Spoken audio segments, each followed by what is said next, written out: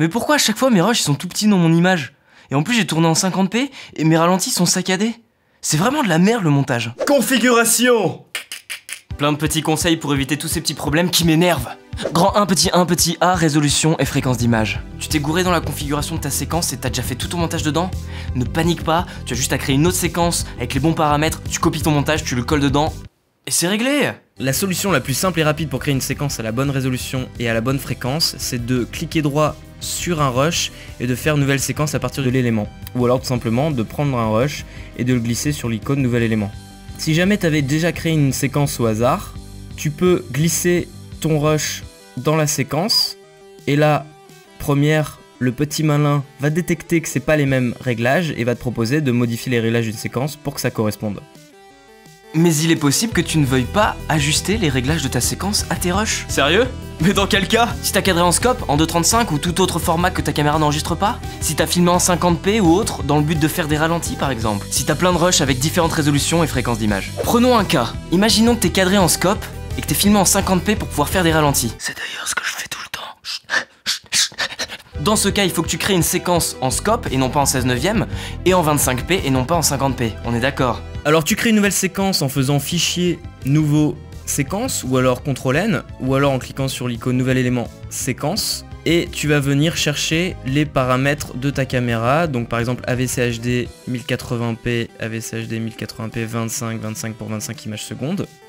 Ensuite tu vas aller dans réglages et là tu vas venir changer la résolution. Alors certains formats, les résolutions sont verrouillées comme ici, donc du coup on va aller plutôt chercher un format similaire au nôtre, donc avec la même résolution 1080p, donc par exemple RED 1080p 25, et ensuite dans les réglages on va venir changer la résolution, donc pour du scope ça nous fait du 1920 divisé par 2,35, ce qui fait 817, mais on va prendre un chiffre pair, c'est-à-dire 816, voilà, et on va venir nommer notre séquence montage.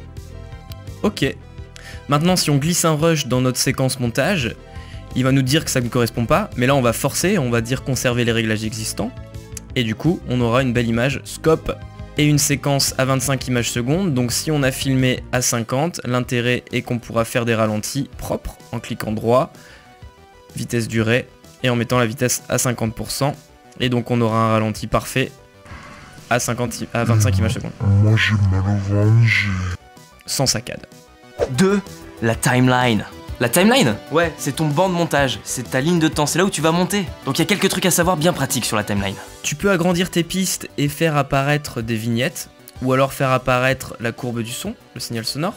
Tu peux monter et descendre toutes les pistes en attrapant la barre du milieu, comme ceci. Voilà, c'est génial. Tu peux cacher ou muter des pistes, donc tu peux cacher une piste vidéo en appuyant, en cochant l'œil, et du coup tu verras la piste du dessous. Et tu peux muter des pistes, donc du coup tu ne les entends plus. Tu peux aussi bien évidemment les mettre en solo et n'entendre que la piste mise en solo, ou plusieurs pistes mises en solo. Tu peux sélectionner ou désélectionner des pistes, donc là par exemple il y a V1, donc vidéo 1 et audio 1 qui sont sélectionnés, mais tu peux les désélectionner et en sélectionner d'autres. L'intérêt c'est que si jamais tu veux copier un rush et le coller quelque part précisément, là par exemple si je le colle, il va écraser l'autre et je voulais pas ça. Donc du coup je désélectionne V1 et A1 et je vais sélectionner celle où je veux que le rush atterrisse et je colle. Voilà. Ça c'est super pratique, un truc à retenir quand même. Hein, tu prends note? Allez. Tu peux verrouiller des pistes aussi avec les petits cadenas pour sécuriser toutes tes pistes de vidéo et pouvoir cafouiller au son sans avoir peur de niquer ton montage vidéo. Et puis pour d'autres trucs de ninja que tu inventeras sur le moment. Hein. Tu peux désactiver la synchro, alors c'est un truc que j'utilise jamais, mais donc fais gaffe à ne pas le désactiver sans faire exprès parce que ça peut être super chiant. Alors la synchro c'est ces petites icônes là, donc si je veux désactiver la synchro sur cette piste là, bah, j'ai juste à cliquer. Alors à quoi ça sert? C'est que par exemple si j'ai un trou de montage et que je veux le supprimer, j'ai juste à le sélectionner et à faire delete, supr.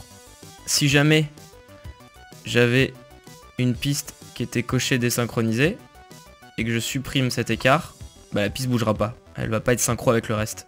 Voilà. Donc ça peut tout foutre en l'air, ça peut être super chiant, ça peut être mais pourquoi ça fait pas ça? Et bah oui, bah parce que t'as coché ça sans faire exprès. Donc CTRL Z et on le laisse tel qu'il est. Tu peux activer ou désactiver le magnétisme. Alors le magnétisme est représenté par cette icône, c'est un petit aimant. Ça fait comme si tes rushs étaient aimantés les uns aux autres. Donc ça sert tout simplement à, si tu veux coller deux rushs, et ben hop, il se colle, bam, tout seul, à l'image près. Alors que s'il est désactivé, et ben tu vas devoir le coller toi-même à l'image près et c'est bien galère. Donc réactive-le et colle, bam, super. Donc le magnétisme c'est ici, ok? Tu retiens, c'est bien. 3. Les raccourcis indispensables à savoir. Indispensables. Alors il y en a qui préfèrent tout faire à la souris, et il y en a qui font tout au clavier, et il y en a qui font un peu des deux. Et ça dépend de comment toi tu te sens. Moi, je fais un mix. Ouais, je suis comme ça. Je suis pour la diversité. Le but c'est de trouver juste la façon dont t'es le plus efficace, le plus rapide. Voici donc les raccourcis que je trouve indispensables. Vraiment indispensables. Il faut les connaître. Vraiment ne fais pas tout à la souris. Vraiment. Fais un mix. Alors pour sélectionner une partie d'un rush, on a deux raccourcis hyper importants qui sont in et out, qui sont ces petites icônes là aussi. Et donc qui sont la touche I et la touche O. I et O. In et out. Donc par exemple, si je veux venir sélectionner un rush à partir d'ici, j'appuie sur I. Jusque là, j'appuie sur O. Ensuite, pour venir l'insérer dans mon montage, par exemple, je veux l'insérer entre ces deux rushs là, je vais venir placer mon curseur entre les deux. Pour être précis, je vais appuyer sur Maj, hop, ça va aimanter au milieu.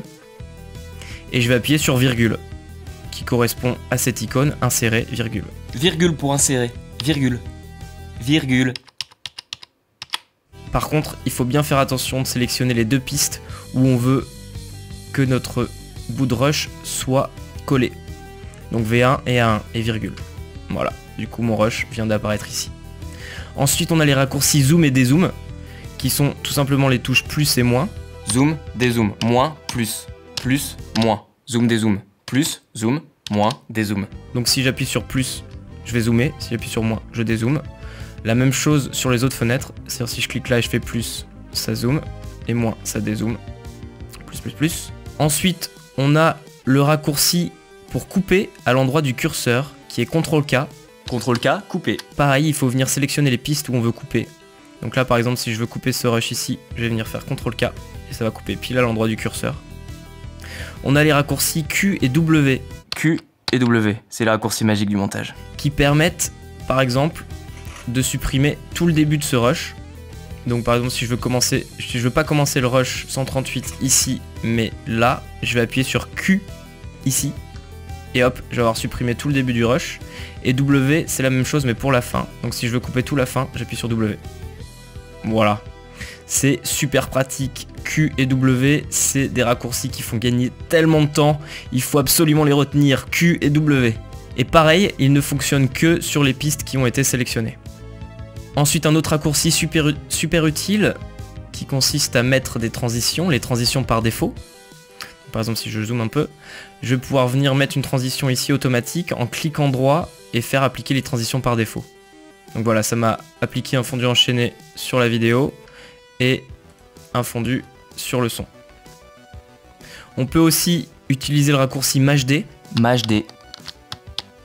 C'est-à-dire je vais sélectionner toutes les pistes où je veux mettre des transitions sonores. Je vais verrouiller la piste vidéo pour pas que ça mette des transitions vidéo. Et je vais faire MashD. Voilà. Alors là on voit rien, mais c'est parce que j'ai configuré mes transitions pour être toutes petites. Mes transitions son. Mais elles ont été placées à tous les raccords. Pour configurer la durée par défaut des transitions son, on va dans Fichier, ou plutôt Édition, Préférences. Et là, je crois que c'est dans Général.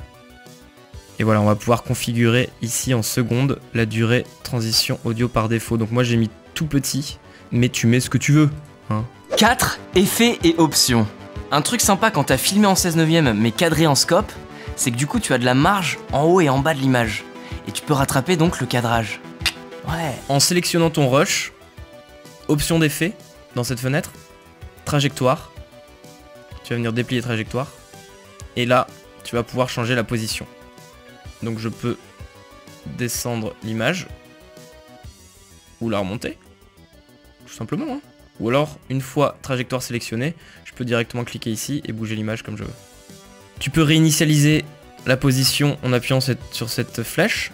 Et tu remarques donc ici que tu as plusieurs paramètres, comme l'échelle, qui est donc la taille du rush. Donc si jamais tu as des rushs qui sont pas à la bonne taille, tu vas pouvoir venir les agrandir. Tu as la rotation et tu as aussi l'opacité, donc la transparence du rush. Tu as aussi le volume. Et pour chaque option, tu as la possibilité de mettre des images clés. Donc par exemple, tu veux qu'au début du plan, le rush soit cadré tout en bas et qu'à la fin du plan, le rush soit cadré tout en haut. Alors je sais pas pourquoi tu veux faire ça, c'est nul, mais on va le faire. Donc au début, je vais placer le rush tout en bas et je vais placer une image clé en appuyant sur le chronomètre. Donc on voit qu'on a une image clé qui est apparue là. Et puis un peu plus tard, donc pas tout à la fin parce que sinon on verra pas l'effet, mais ici, je vais mettre le rush cadré en haut et ça va me placer automatiquement une deuxième image clé parce que le chronomètre aura déjà été coché, c'est-à-dire parce qu'on aura déjà une image clé de mise en place. Donc si je lis, on voit que le rush bouge. Voilà, c'est super laid. Pour rendre l'effet plus fluide, on va pouvoir déplier ici. On va zoomer donc avec plus. Et on va pouvoir venir attraper ici et mettre ce qu'on appelle des béziers. Donc en fait ça correspond à la vitesse, c'est écrit vitesse. Donc ça va commencer par une vitesse nulle et ça va accélérer petit à petit au lieu de direct avoir une vitesse rapide. Et pareil pour ici. Du coup on aura un mouvement plus naturel, plus fluide. Voilà, c'est moins brutal. Bon, c'est brutal parce que c'est super vite, mais si on étale un peu plus, on va pouvoir faire une animation un peu plus sympa et naturelle. Et voilà, donc ça s'applique pour tous les autres paramètres. C'est-à-dire qu'on peut faire la même chose avec le son. Donc par exemple, si je veux que ça baisse à partir d'ici, je vais mettre une image clé là, puis je vais baisser. Et ce qu'on peut observer, c'est qu'on a le détail des images clés du son sur les pistes directement dans la timeline. Donc si je zoome, on va pouvoir voir plus précisément et on peut même toucher aux paramètres en cliquant ici. Alors j'aime pas faire ça parce que je suis pas du tout précis. Et on peut aussi utiliser l'outil plume pour venir rajouter des images clés en faisant ceci, cela et en changeant. Voilà, donc on peut paramétrer un peu le volume sonore directement dans la timeline, mais je préfère gérer ici dans les options d'effet parce que je suis plus précis. Le seul souci avec gérer le son dans cette partie, c'est qu'on est limité à augmenter le son de 6 dB. C'est-à-dire si là j'augmente, j'ai beau aller plus vers la droite, je suis bloqué à 6 dB. Je peux même mettre 12, je vais être bloqué à 6 dB. Donc si tu veux rehausser tout un rush de son, tu cliques droit dessus, tu fais gain audio, et là tu vas pouvoir définir le gain sur par exemple 10, si tu trouvais qu'il manquait 10 dB. Ok, donc là on a vu que la courbe vient d'être augmentée. Je ferai une prochaine vidéo pour expliquer comment mixer le son pour le web, pour avoir le volume au maximum sans saturer, mettre des compresseurs, des équaliseurs et tout, ça va être top, ça va être top. Je suis pas un ingé son, mais j'ai mes petits trucs à moi. Allez! Ensuite, tu as tout ce qui est effets et transitions que tu trouveras dans le panneau effets. Ici, tu as les transitions audio, transition vidéo, les effets. Pour appliquer un effet à un clip, il suffit que tu ailles le chercher. Donc par exemple, image noir et blanc. Tu as le choix entre le glisser sur ton clip. Il va venir s'ajouter ici. Ou alors, si tu as déjà sélectionné ton clip, le glisser directement dans l'option d'effet. Ou alors tout simplement double-cliquer dessus. Sache que tu peux copier-coller les effets d'un rush à l'autre, d'un clip à l'autre. Il suffit que tu sélectionnes les effets que tu veux copier, ça peut être aussi la trajectoire. Donc là j'appuie sur CTRL pour en sélectionner plusieurs. Et là je fais CTRL-C. Ou pomme-C. Et je vais venir le coller par exemple sur ce rush là. Et je vais faire pomme-V. Il faut voir aussi qu'il m'a copié-collé les images clés que j'avais mis. Puisque j'ai copié la trajectoire et qu'il y avait des images clés. Et depuis CS6, tu as la possibilité de créer des calques d'effets, donc comme dans After Effects ou Photoshop, et ça va permettre de mettre un effet sous toute une portion de montage. Donc par exemple, je vais faire fichier nouveau calque d'effet qui n'est pas disponible, parce que bizarrement, il faut être dans le chutier pour pouvoir créer un calque d'effet. Donc on va dans le chutier et je vais faire fichier nouveau calque d'effet. Là il te demande les dimensions, mais normalement il te le met direct à la taille de ton montage, donc tu fais OK. Et tu vas venir mettre ton calque d'effet au-dessus des rushs. Donc par exemple je veux que ça commence à ce rush là et que ça finisse ici. Donc je vais l'étaler tout au-dessus. Hop. Et là je vais pouvoir venir copier mon noir et blanc, CTRL-C, et le coller sur le calque d'effet, et du coup, tous les rushs en dessous seront en noir et blanc. Voilà, j'ai couvert pas mal de points essentiels à connaître sur le logiciel. Bien sûr, il y en a d'autres. N'hésite pas à mettre un commentaire pour mettre ceux que j'ai oubliés ou ceux que tu utilises. Voilà, on est tous là pour apprendre, même moi. Donc c'est cool, ouais. Et bien sûr, si tu veux d'autres vidéos comme celle-ci, n'hésite pas à t'abonner.